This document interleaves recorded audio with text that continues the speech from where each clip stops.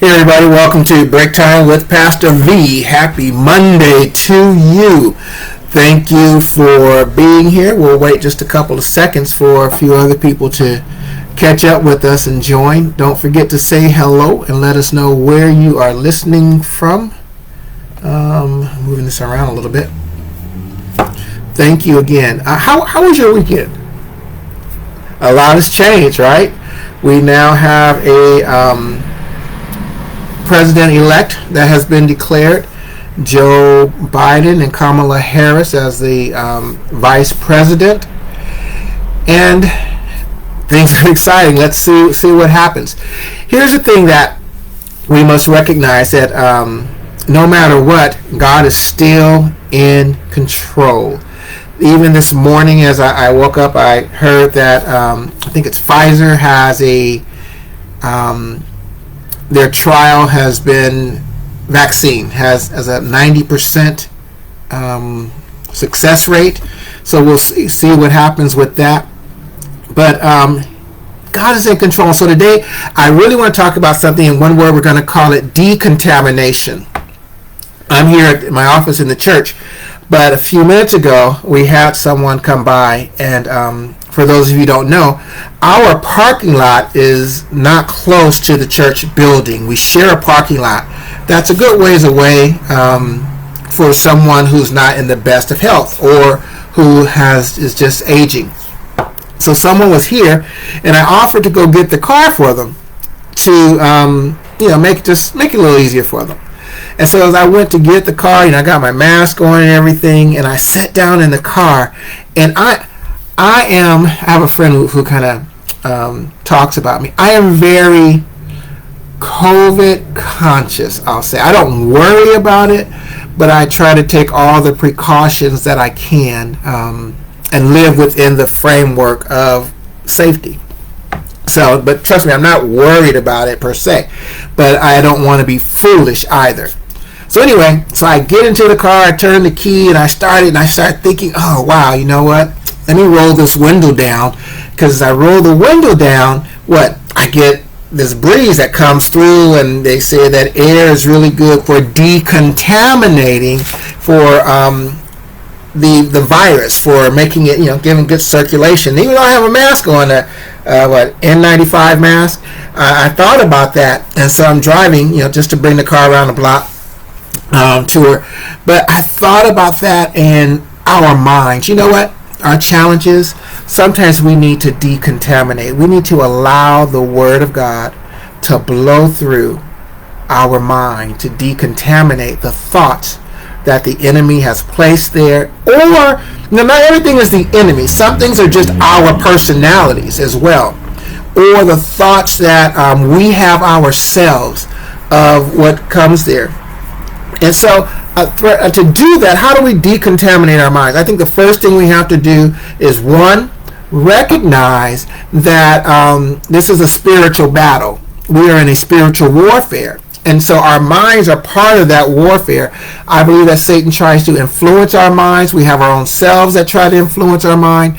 But that we can't fight those things with just positive thoughts or what tools that the world has for us, because it is bigger than that. It is a spiritual thing.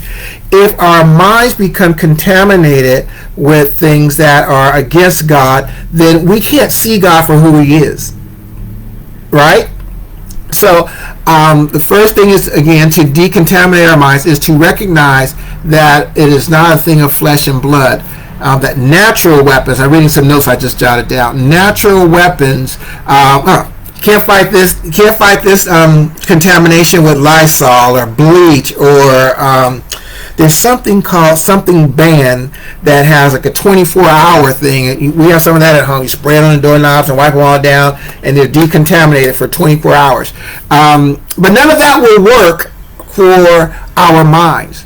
What works for our minds? Well, check this out. The Word of God tells us in, I think it's 2 Corinthians 10:15, that we're able to pull down every stronghold and every thought that exalts itself against Christ, and to bring it into captivity, into the obedience of Christ. So how do we do that? First thing I want you to do is take out a pen and a piece of paper or your phone and ask yourself this question. What do I know to be true about God? What do I know to be true about God? God is faithful. God is sovereign, which means that God is in control, basically what that means, no matter what's going on. Just even those two things there, that God is faithful, God is sovereign. Right? Now, what do I know to be true about me? Write it down. See, we have to get a clear picture of who God is and what's true about us. And then thirdly, what's true about my situation? Not just how I feel, but what is the truth about my situation. Okay? Your situation might say, if I lose my house, the world will come to an end as I know it. No, it won't. You're going to have to pack up and some things will happen, but it won't be the end of the world for you. All right? I'm going to die if I lose my house. No, you're not.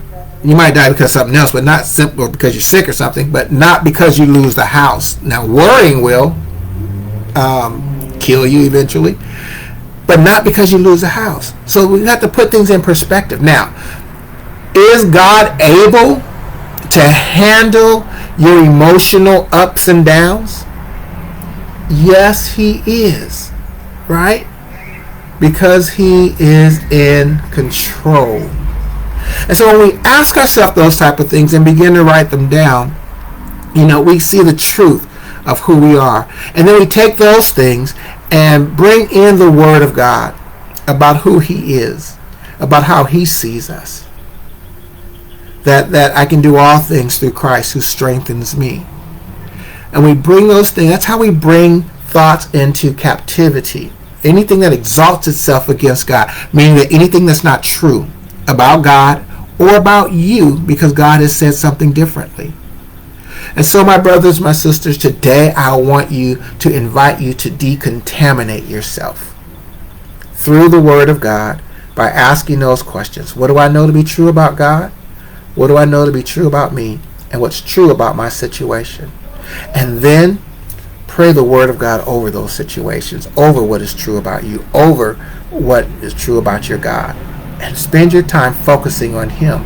The Word of God says, I will keep him in perfect peace, whose mind is what? Stayed on me. Because we get to see the greatness and the vastness of our God and trust him. So that's all I have for today. It's time to decontaminate ourselves in our minds with the Word of God. God bless you, my brother, my sister. I pray that this is a blessing to you. I ask for one thing. If this has been a blessing to you, share it. Share it with somebody else. Let them know that, hey, it's time to decontaminate. And here's what you can do. Spend a few minutes with Pastor V, and he'll lead you into the Word of God so that you can decontaminate your mind. God bless you. Thank you for being here. I will see you tomorrow, same time, 1 o'clock, right here. We are serving they call it breakfast lunch at 11 a.m. here at the church. And then again, we do a light snack. They call it supper dinner at 2 p.m. You're more than welcome to help us serve. God bless you. Or if you know anyone in the area, hey, tell them to come by and grab what they need. All righty. Thank you. Bless you. See you tomorrow. Have a great day.